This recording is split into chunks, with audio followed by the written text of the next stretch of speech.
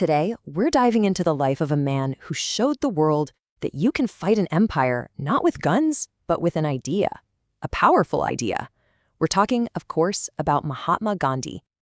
Just think about that quote for a second. Martin Luther King Jr. is saying that Christ provided the moral vision, but it was Gandhi who gave them the playbook. That gives you an idea of just how massive Gandhi's influence was. He didn't just free a nation, he literally wrote the manual for peaceful protest, used by people all over the world. So the big question is, where did this world-changing idea even come from? I mean, it didn't just appear out of thin air, right?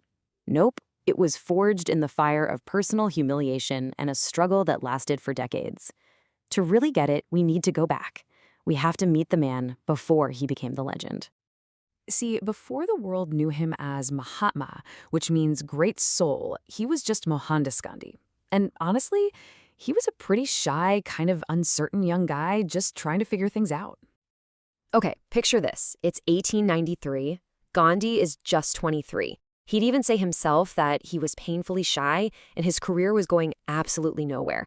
He got this law degree in London, but back home in India, it was a struggle. So he takes this one-year job offer. It's for an Indian firm way over in South Africa. He probably thought it was just a temporary gig. Turns out that one decision changed everything. So that one-year contract, yeah, it turned into 21 years. South Africa became the crucible where his entire life's philosophy was forged. This is where Mohandas Gandhi, the shy lawyer, began to transform.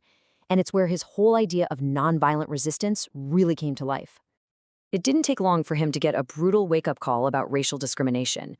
He had a first-class train ticket, but because of the color of his skin, he was told to move to the third-class car. He refused, so they threw him off the train, just like that.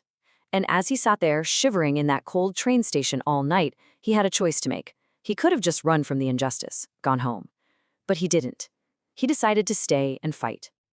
And right there, from that awful experience, a powerful idea started to form. He called it Satyagraha. It literally means truth force. Think about that, truth force. It was a totally radical idea at the time. The whole concept was to fight injustice not with fists or weapons, but with the moral force of truth and a willingness to accept suffering yourself to change your opponent's heart.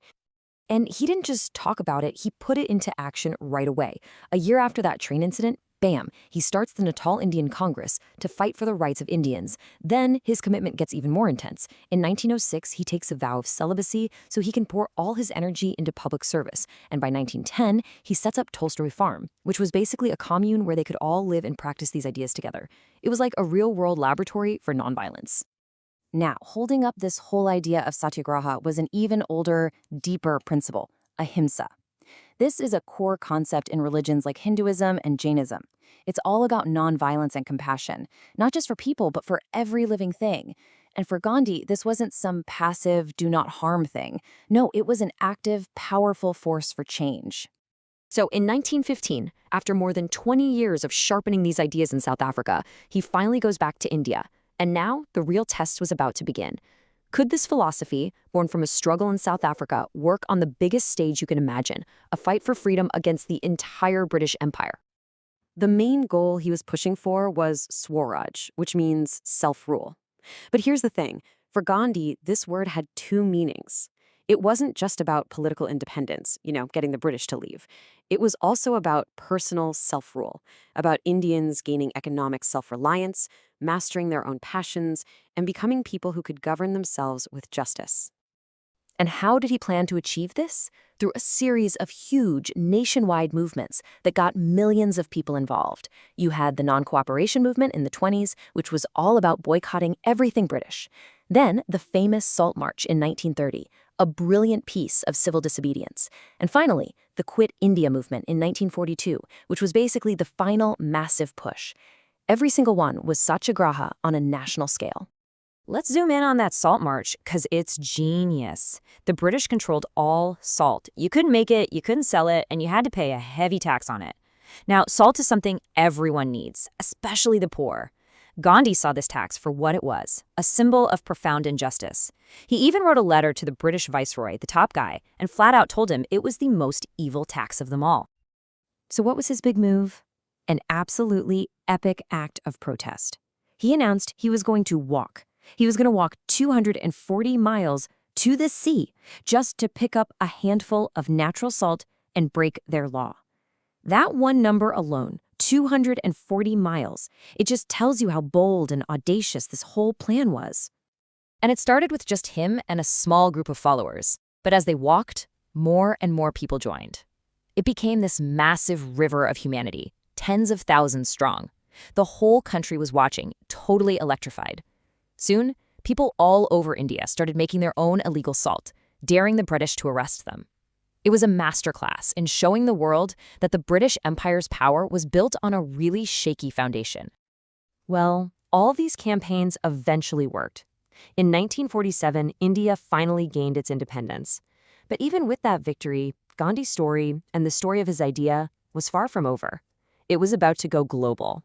And you see that legacy crystal clear in the American Civil Rights Movement. I mean, the connection between Gandhi's tactics and Martin Luther King Jr.'s is just undeniable. Gandhi's Satyagraha, that's MLK's civil disobedience.